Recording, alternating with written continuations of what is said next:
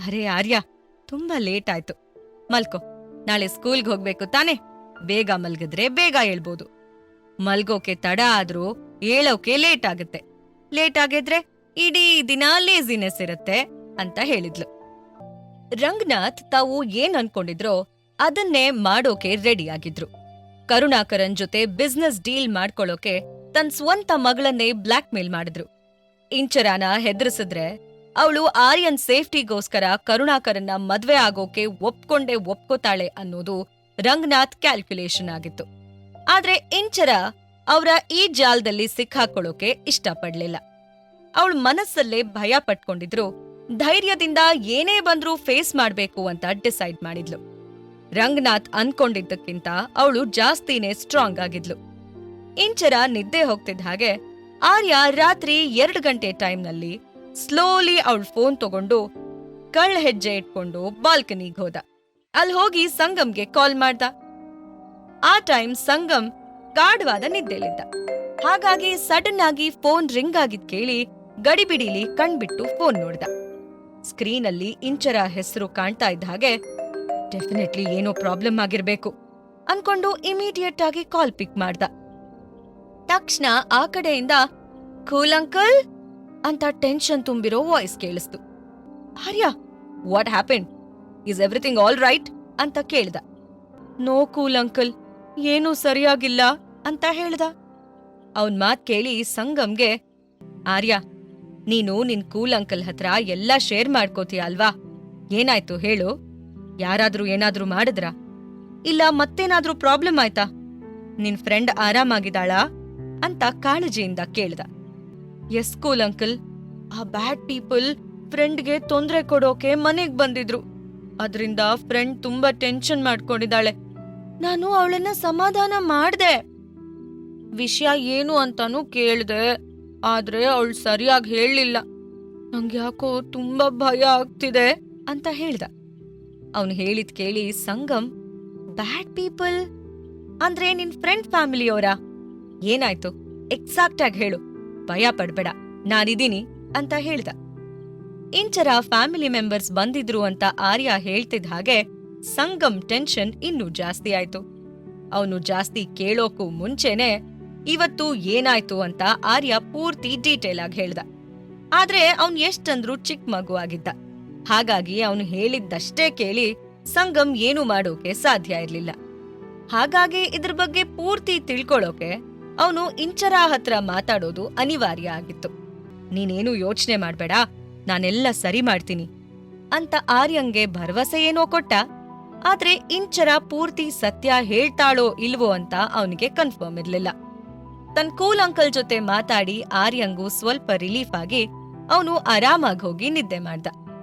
ಮಾರ್ನೇ ದಿನ ಎದ್ದಾಗ ಇಂಚರ ತಲೆ ಭಾರವಾಗಿತ್ತು. ಅವಳು ನೆಪ ಮಾತ್ರಕ್ ಮಲ್ಗಿದ್ರು ಟೆನ್ಷನ್ನಿಂದ ಸರಿಯಾಗಿ ನಿದ್ದೆ ಮಾಡಿರ್ಲಿಲ್ಲ. ಫ್ರೆಶ್ ಅಪ್ ಆಗಿ ಸ್ಕೂಲ್ಗೆ ಲೇಟ್ ಆಗತ್ತೆ ಅಂತ ಆರ್ಯನ್ನ ಎಪ್ಸಿ ಅವಳು ತಿಂಡಿ ರೆಡಿ ಮಾಡೋಕೆ ಕಿಚನ್ನಿಗೆ ಹೋದ್ಲು. ನಿನ್ನೆ ನಡೆದ ಘಟನೆ ತನ್ನ ಆರ್ಯನ್ ಡೈಲಿ ರೊಟೀನಲ್ಲಿ ಅಡ್ಡಿ ಮಾಡೋದು ಅವಳಿಗೆ ಇಷ್ಟ ಇರ್ಲಿಲ್ಲ.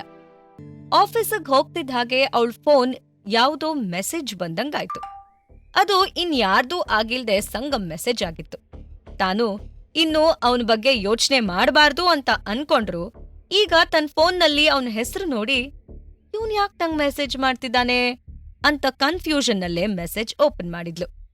Hi Inchara, good morning. ನಾನು ಸುತ್ತಿ ಬಳಸಿ ಮಾತಾಡದೆ ನೇರವಾಗಿ ವಿಷಯಕ್ಕೆ ಬರ್ತೀನಿ. ನಾನು ನಿನ್ನನ್ನ ಮೀಟ್ ಮಾಡಿ ಒಂದು ಇಂಪಾರ್ಟೆಂಟ್ ವಿಷಯ ಮಾತಾಡ್ಬೇಕು. ಅಂಡ್ ಐ ನೋ ಇದ್ರಲ್ಲೂ ನಿನ್ ಈಗೋ ಅಡ್ಡ ಬಂದೇ ಬರುತ್ತೆ. But not this time, it's urgent ಅಂತ ಆ ಮೆಸೇಜಲ್ಲಿತ್ತು. ಅರ್ಜೆಂಟ್ ಅಂತ ಹೇಳ್ತಿದ್ದಾನೆ ಅಂದ್ರೆ ವಿಷಯ ಸೀರಿಯಸ್ ಆಗೇ ಇರ್ಬೇಕು. ಆರ್ಯ ಏನಾದ್ರೂ ನಿನ್ನೆ ನಡೆದಿರೋದನ್ನೆಲ್ಲ ಅವನಿಗೆ ವರದಿ ಒಪ್ಪಿಸ್ಬಿಟ್ಟಿದಾನ ಅಂತ ಭಯನೂ ಆಯ್ತು. ಆದ್ರೆ ಇಲ್ಲ, ರಾತ್ರಿ ಇದೆಲ್ಲ ಹೇಗ್ ಸಾಧ್ಯ ಆಗತ್ತೆ? ಏನ್ ವಿಷಯ ಅಂತ ಅಲ್ಲಿ ಹೋಗಿ ನೋಡಿದ್ರೇನೆ ಗೊತ್ತಾಗೋದು. ಮಿಸ್ಟರ್ ಸಂಗಮ್, ನಿನ್ ಈ ಆರೋಗೆಂಟ್ ಟೋನ್ನ ನಾನ್ ಚೇಂಜ್ ಮಾಡೇ ಮಾಡ್ತೀನಿ ಅಂತ ಅನ್ಕೊಂಡು ಟೈಮ್ ಅಂಡ್ ಪ್ಲೇಸ್ ಅಂತ ಶಾರ್ಟ್ ಆಗಿ ರಿಪ್ಲೈ ಮಾಡಿದ್ಲು. ಪ್ಯಾರಡೈಸ್ ಕೆಫೆ ಅಟ್ 7 PM ಅಂತ ರಿಪ್ಲೈ ಮಾಡ್ದ. ಈ ಕಡೆ ಮಯೂರ್ ಆಫೀಸಿಗೆ ಹೋಗ್ತಿದ್ದಾಗೆ ದೀಪಿಕಾಗೆ ಗುಡ್ ಮಾರ್ನಿಂಗ್ ಮೆಸೇಜ್ ಮಾಡ್ದ. ಅವನ್ ಮೆಸೇಜ್ ಬರ್ತಿದ್ದ ಹಾಗೆ ಅವಳಿಗೆ ಸ್ವಲ್ಪ ಸಮಾಧಾನ ಆಯ್ತು. ಅವಳು ಅದೆಷ್ಟು ಸಿಟ್ಟಲ್ಲಿದ್ಲು ಅಂದ್ರೆ ಇವತ್ ಕೂಡ ಅವಳು ಅವನನ್ನ ಫಾಲೋ ಮಾಡಿ ಅವನು ತನ್ನಿಂದ ಮುಚ್ಚಿಟ್ಟು ಅದೇನೇನ್ ಕರ್ಮಕಾಂಡ ಮಾಡ್ತಾನೆ ಅಂತ ತಿಳ್ಕೋಬೇಕು ಅನ್ಕೊಂಡಿದ್ಲು. ಇಂಚರ ಎಷ್ಟೊತ್ತಿಗೆ ಆಫೀಸ್ನಿಂದ ಹೊರಟು ಮನೆಗ್ ಹೋಗ್ತಾಳೆ ಅಂತ ಅವನಿಗ್ ಗೊತ್ತಿತ್ತು. ಇವತ್ತೇನಾದ್ರೂ ಆಗ್ಲಿ ಅವಳನ್ನ ಮೀಟ್ ಮಾಡ್ಲೇಬೇಕು ಅಂತ ಅನ್ಕೊಂಡು ಎಲ್ಲೂ ಹೋಗ್ದೆ ಆಫೀಸ್ನಲ್ಲೇ ಕೂತಿದ್ದ. ರೋಹಿತ್ ಅದನ್ನ ದೀಪಿಕಾಗೆ ಅಪ್ಡೇಟ್ ಮಾಡಿದ್ದ. ಅದನ್ ಕೇಳಿ ದೀಪಿಕಾ ರಿಲೀಫ್ ಆಗಿ, ಥ್ಯಾಂಕ್ ಗಾಡ್, ಇವತ್ತು ಮಯೂರ್ ಆ ದರಿದ್ರದೋಳು ಆಫೀಸ್ಗೆ ಹೋಗಿಲ್ಲ. ಐ ಹೋಪ್ ನಿನ್ನೆ ಏನೋ ಅರ್ಜೆಂಟ್ ಕೆಲ್ಸ ಇತ್ತು ಅನ್ಸತ್ತೆ, ಅದಕ್ಕೆ ಅಲ್ಲಿಗೆ ಹೋಗಿರ್ಬೋದು. ಇಲ್ಲ ಅಂದ್ರೆ ಅಂತ ಚೀಪ್ ಕಂಪ್ನಿ ಜೊತೆ ಡೀಲ್ ಮಾಡೋದು ಅವನಿಗೇನಿದೆ ಕರ್ಮ. ಮಯೂರ್ ಏನು, ಅವನ್ ಸ್ಟ್ಯಾಂಡರ್ಡ್ ಏನು, ಅವನ್ ಯಾಕೆ ಹೋಗಿ ಹೋಗಿ ಆ ಲಾಸ್ ಕಂಪ್ನಿ ಜೊತೆ ಬಿಸ್ನೆಸ್ ಮಾಡ್ತಾನೆ? ಅವನಿಗೇನು ಅಷ್ಟು ಕೂಡ ತಲೆ ಇಲ್ವಾ ಅಂತ ಅನ್ಕೊಂಡು ಪದೇ ಪದೇ ತನ್ನ ಮನ್ಸನ್ನ ಸಮಾಧಾನ ಮಾಡ್ಕೊಂಡ್ಲು.